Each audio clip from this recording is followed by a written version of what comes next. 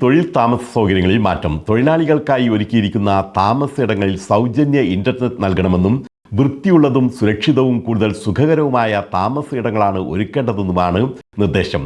1000 അല്ലെങ്കിൽ അതിൽ കൂടുതൽ തൊഴിലാളികളെ താമസിപ്പിക്കുന്ന വലിയ കമ്മ്യൂണിറ്റികൾക്ക് ഫസ്റ്റ് എയ്ഡ് മുറികളും ഓൺസൈറ്റ് ക്ലിനിക്കുകളും ഉൾപ്പെടെ വൈദ്യസഹായം ലഭ്യമാക്കേണ്ടതുണ്ട്. യിൽ ഉടനീളമുള്ള തൊഴിലാളികളുടെ ജീവിത സാഹചര്യങ്ങൾ മെച്ചപ്പെടുത്തുന്നതിന് മാനവ വിഭവശേഷി സ്വദേശിവൽക്കരണ മന്ത്രാലയം പ്രസിദ്ധീകരിച്ച ഗൈഡിലാണ് പുതിയ മാനദണ്ഡങ്ങൾ വ്യക്തമാക്കുന്നത്. വെടിനിർത്തൽ നിലനിൽക്കെ ലെബനനിൽ ഇന്നും ഇസ്രയേൽ ആക്രമണം. ഇന്ന് രാവിലെ തെക്കൻ ലെബനനിൽ ഇസ്രയേൽ നടത്തിയ ആക്രമണത്തിൽ 9 പേർ കൊല്ലപ്പെട്ടു. താമസ ഇടങ്ങളിലാണ് ഇസ്രയേൽ ആക്രമണം ഉണ്ടായത്. ഇറാനിയൻ തുറമുഖങ്ങൾ ഉപരോധിക്കാനുള്ള നീക്കം വിജയകരമായിരുന്നുവെന്ന് US പ്രസിഡന്റ് ഡൊണാൾഡ് ട്രംപ്. ഇനി അനുനയത്തിന് സ്ഥാനമില്ലെന്നും കടുത്ത ആക്രമണമാണ് അടുത്ത നീക്കമെന്നും ഇന്നലെയും ട്രംപ് മുന്നറിയിപ്പ് നൽകിയിരുന്നു. അതേസമയം ഹോർമൂസ് കടലിടുക്കിൽ നടന്നുകൊണ്ടിരിക്കുന്ന ഉപരോധത്തിന് ഇറാൻ പ്രസിഡന്റ് US-നെയും ഇസ്രയേലിനുമാണ് കുറ്റപ്പെടുത്തിയത്. ഇതുവഴിയുള്ള കപ്പൽ ഗതാഗതം തടഞ്ഞത് രാജ്യത്തിന്റെ ചെറുത്തുനിൽപ്പിന്റെ പ്രതീകമാണെന്നാണ് മസൂദ് പെസഷ്കിയാൻ അറിയിച്ചത്. യിൽ 3-ാം ടേം അധ്യയന വർഷത്തേക്കുള്ള അവധി പ്രഖ്യാപിച്ചു. മധ്യവേനൽ അവധി മെയ് 25 മുതൽ 29 വരെ ആയിരിക്കും. 3-ാം ടേം പുനരാരംഭിക്കുന്നതിനായി വിദ്യാർത്ഥികൾ ജൂൺ 1 വിദ്യാലയങ്ങളിൽ തിരിച്ചെത്തും. ജൂൺ 15, 16 തീയതികളിലായിരിക്കും മോക്ക് പരീക്ഷകൾ നടത്തുന്നത്. ജൂൺ 17 ഇസ്ലാമിക പുതുവത്സരത്തിന്റെ ഔദ്യോഗിക അവധിയും തുടർന്ന് ജൂൺ 24 മുതൽ ജൂലൈ 3 വരെ നടക്കുന്ന അവസാന ടേം പരീക്ഷകളുടെ ആരംഭവും ഷെഡ്യൂളിൽ ഉൾപ്പെടുന്നുണ്ട്. ജൂലൈ 3 അധ്യയന വർഷത്തിന്റെ അവസാന ദിവസമായും മന്ത്രാലയം നിശ്ചയിച്ചിട്ടുണ്ട്.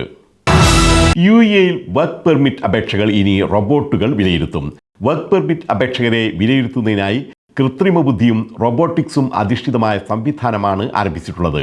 അപേക്ഷകരുടെ കഴിവുകൾ, വിദ്യാഭ്യാസം, അനുഭവം, അറിവ് എന്നിവ വിലയിരുത്തുന്നതിന് സ്മാർട്ട് അൽഗോരിതങ്ങളായിരിക്കും ഇനി മുതൽ ഉപയോഗിക്കുന്നത്. തൊഴിൽ വിപണിയിലെ ഉൽപാദനക്ഷമത മെച്ചപ്പെടുത്തുന്നതിനും വിദഗ്ധരായ പ്രതിഭകളെ ആകർഷിക്കുന്നതിനുമുള്ള ശ്രമത്തിന്റെ ഭാഗമായാണ് പുതിയ നീക്കം. 2 വർഷത്തിനുള്ളിൽ ഫെഡറൽ മേഖലകളുടെയും സേവനങ്ങളുടെയും പ്രവർത്തനങ്ങളുടെ 50% AI അധിഷ്ഠിത സംവിധാനങ്ങളിലേക്ക് മാറ്റാനാണ് സർക്കാർ ലക്ഷ്യമിടുന്നത്. പിടിച്ചാൽ കിട്ടാതെ വിമാന ടിക്കറ്റ് നിരക്ക്. യിൽ നിന്ന് ഇന്ത്യയിലേക്കുള്ള നിരക്ക് 3 ഇരട്ടിയിലേറെയാണ് വർദ്ധിച്ചത്. അതുതന്നെ കേരളത്തിലെ വിമാനത്താവളങ്ങളിലേക്കാണ് നിരക്ക് ഏറ്റവും കൂടുതൽ വർദ്ധിച്ചിട്ടുള്ളത്. സാധാരണയായി യാത്രാ സീസൺ അല്ലാത്ത ഈ സമയത്ത് നിരക്കുകൾ കുറയേണ്ടതാണ്. വേനൽക്കാല അവധി ആരംഭിക്കുന്ന ജൂൺ പകുതിയോടെ ടിക്കറ്റ് നിരക്ക് ഇനിയും കൂടാനാണ് സാധ്യത. നിരക്ക് കൂടുതലാണെങ്കിലും എല്ലാ വിമാനങ്ങളിലും സീറ്റുകൾ ഒഴിവില്ല. സർവീസുകൾ ഇപ്പോഴും സാധാരണ നിലയിലേക്ക് പൂർണ്ണമായും എത്താത്തതാണ് ഇതിന് കാരണമെന്നാണ് വിലയിരുത്തൽ. യിൽ പെട്രോൾ വില കൂടും, ഡീസൽ വിലയിൽ മാറ്റമില്ല. നാളെ മുതൽ നിലവിൽ വരുന്ന പുതുക്കിയ നിരക്കനുസരിച്ച് സൂപ്പർ 98 പെട്രോളിന് $3.66 നൽകണം. ഇപ്പോഴിത് $3.39 സ്പെഷ്യൽ 95 പെട്രോളിന് ലിറ്ററിന് $3.55 പുതിയ വില. നിലവിലെ നിരക്ക് $3.28. E+91 പെട്രോളിന് ഇപ്പോഴത്തെ വില $3.20. നാളെ മുതൽ ഇത് $3.48 ആയിരിക്കും. ഡീസൽ വില ലിറ്ററിന് നിലവിലെ $4.69 മാറ്റമില്ലാതെ തുടരും. ഇന്ത്യൻ രൂപയുടെ മൂല്യം റെക്കോർഡ് താഴ്ചയിൽ. ഇന്ന് ഒരു UAE ദിർഹത്തിന് 25 രൂപ 91 പൈസയായാണ് മൂല്യം ഇടിഞ്ഞത്. US ഡോളറിനെതിരെ രൂപയുടെ മൂല്യം 95 രൂപ 25 പൈസയാണ്. യിൽ വസന്തകാലത്തും വേനൽ.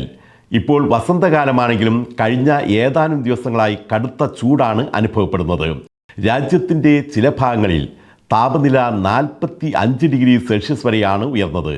ഇത് ഇനി 50 ഡിഗ്രി വരെ എത്തുമെന്നാണ് കാലാവസ്ഥാ പ്രവചനം. രാജ്യത്ത് വേനൽ ഇത്തവണ കടുക്കും എന്ന സൂചന തന്നെയാണ് ഇത് നൽകുന്നത്. ഡമാക്കിൽസിലെ എംപോറിയ സ്പോർട്സ് അക്കാദമിയിൽ നടക്കുന്ന സേഫ് കെയർ മുഖ്യ പ്രായോജകരായ D2 കേരള പ്രീമിയർ ലീഗിൽ വാഴച്ചാൽ വൈപ്പേഴ്സിന് വിജയം. നിള നൈറ്റ് റൈഡേഴ്സിനെയാണ് അവർ പരാജയപ്പെടുത്തിയത്.